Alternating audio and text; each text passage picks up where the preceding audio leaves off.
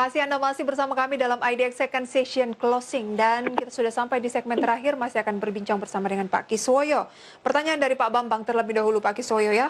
BBTN punya di 1.400 targetnya sampai dengan akhir tahun seperti apa? Halo Pak Kiswoyo. Baik, tampaknya terputus dan kami akan kembali mencoba untuk menghubungi Pak Kiswoyo. Pak Kiswoyo bisa mendengar suara saya dari studio, Pak? Oke, dan saya akan update terlebih dahulu pemirsa ya. BBTN pada posisinya saat ini, apakah pergerakannya mengalami penguatan? Iya, menguat cukup signifikan juga ya bersama dengan perbankan-perbankan yang lain. Kenaikannya mencapai 4,7%. Pada posisi 1.435 atau naik 65 poin. Pak Kiswoyo, apakah Bapak sudah bisa mendengar suara saya? Ya, udah jelas. Tadi masih jelas, saya juga kaget. BBTN akhir tahun gimana, Pak? Kita bicara BBTN ini, ini udah tinggi juga, 1435. Kalau kita bicara akhir tahun sih dia nggak jauh-jauh ya, karena saya lihat ini akhir tahun paling dia dekat-dekat 1.500 closingnya. 1.500. Ya kurang menarik sih saya lihat. Oke, kurang menarik. Support di posisi berapa? Kalau kita lihat supportnya ini adalah di posisi terdekat 1.400. Terdekat di posisi 1.200. 1.400. Oh, oke. 1.400. Kalau 1.400 tidak berhasil bertahan, support selanjutnya di berapa, Pak? Kalau 1.400 gagal, dia akan turun lagi ke arah 1.370, lalu setelah itu dia bisa turun lagi sampai ke arah, dalam bisa sampai 1.250 ini. 1.250.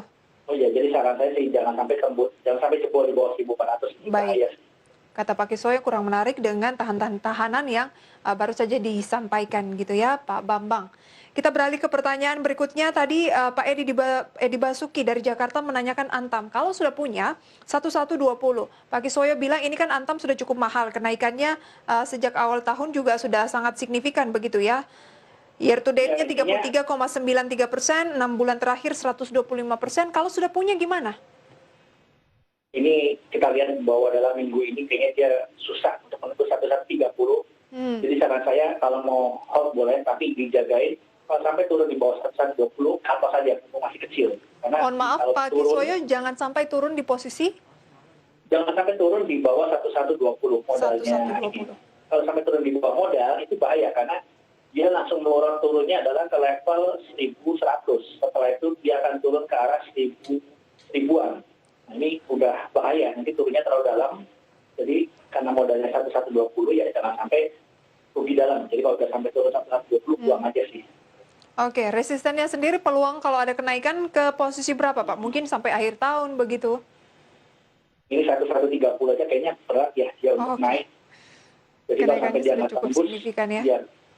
Baik. Nggak tembus ya turun sih gitu.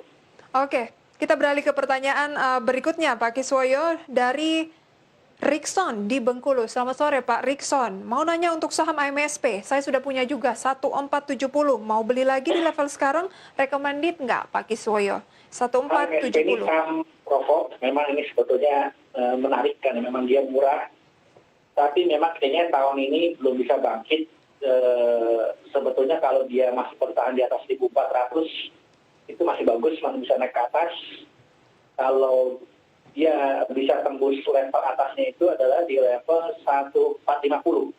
Kalau dia bisa tembus di atas 1450, dia akan langsung loncat ke arah 1.500, lalu setelah itu ke arah 1.600. Jadi memang supportnya yang dijaga atas 1.400 ini. Kalau bilang menarik karena dia stabil kan, artinya kita orang tetap butuh rokok lah. Orang rela nggak makan demi rokok. Baik, di hold saja ya? Di hold aja sih sebetulnya. Oke. Pertanyaan berikutnya dari tidak mencantumkan nama, selamat sore, menanyakan saham Demas. Average di 230. Target price-nya di berapa katanya? Demas Geraha ini ya. Pura Delta Lestari. DMAS. Apa kodenya? Pura Delta Lestari, Pak Kiswoyo. DMAS. Oh, MAS, Dimas, Betul. Dimas itu, oh ini 218, ini lagi main di bawah. Wah, ini kalau misalnya dia turun tembus di bawah 214, dia bisa turun ke bawah lagi nih. Kalau 214 tembus, dia bisa ke arah 200. Oke, jadi trennya lagi turun ya? Ya, jadi kalau bisa sih jauhin dulu sih ya. Ini kayaknya trennya masih turun soalnya ini. Baik. Di hold saja kalau sudah punya saat ini atau seperti apa? 230? Ini di harga berapa tadi? Berapa? 230. Katanya mau target price-nya di posisi berapa? Ini 230 itu beli cukup mahal ya. Ini pas kenaikan. Jadi nah ini karena saham properti sih saran saya kalau misalnya dia masih kecil ya di cut loss aja. Bukan saham lain. Kalau nggak berani cut loss ya tahan aja deh mau nggak mau. Karena memang ini trennya masih turun sih sebetulnya. Baik. Pilihan investasi kami kembalikan kepada Anda pemirsa. Dan selanjutnya ada BRPT, punya di 954, support resistennya bagaimana Pak Kiswoyo? 954 harga belinya.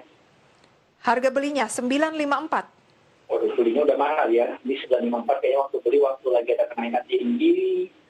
Sebetulnya BRPT ini targetnya adalah 1000. Kalau 1000 tembus dia bisa ke 1200 dan ini memang perusahaan fundamental bagus.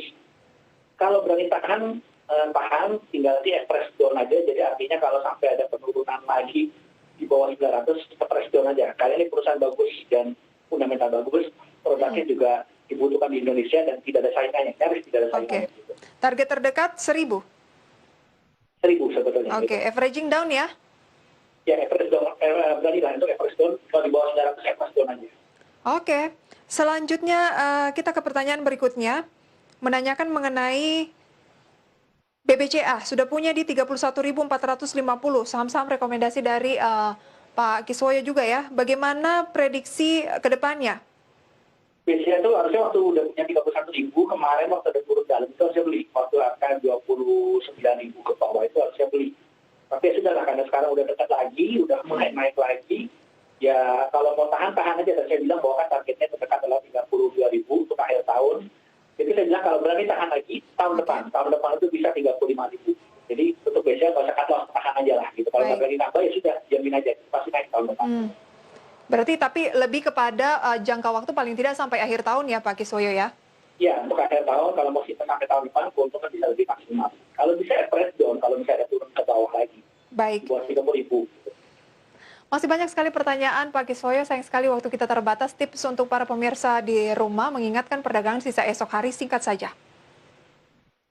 Kalau untuk besok, ya itu saya selalu mengingatkan gini, ini kita lagi dalam rangka untuk persiapan Indonesia di akhir tahun, kita optimis bahwa tahun depan ekonomi kita akan bangkit, sehingga kita fokus pada saham-saham yang akan mengalami indexing dan kemudian ISG lagi turun dalam. Saham-saham Indonesia itu simpel aja, pertama saham penggerak ISG, di mana kita tahu seperti saham rekomendasi saya 4 bank besar, itu penggerak ISG, dan itu beli dan keep aja. Tapi itu kalau bisa, waktu ada merah dalam, jangan takut. Kalau sekarang jangan. Tapi tunggu ada merah dalam, kayak kemarin sore kan sesi 2 ada merah dalam. Buy on weakness ya? Simpen. Ya, buy on weakness. Jadi kalau udah merah dalam, jangan takut untuk membeli untuk saham-saham blue chip gitu. Terima kasih banyak Pak Kiswoyo. Semoga analisis dan juga rekomendasi dari Pak Kiswoyo bisa menjadi pedoman begitu ya, bagi referensi juga bagi pemirsa di rumah. Sukses selalu untuk Pak Kiswoyo dan sehat selalu Pak. Oke, thank you. Ya, demikian pemirsa IDX Second Session Closing pada sore hari ini. Semoga apa yang kami sampaikan bisa menjadi analisis dan juga rekomendasi untuk Anda. Mengingat indeks harga saham gabungan diproyeksi masih bisa ke 5.500. Menarik ya. Dan pemirsa, ini menjadi akhir perjumpaan kita pada sore hari ini. Saya Prisa Sombodatu pamit undur diri. Sampai berjumpa kembali.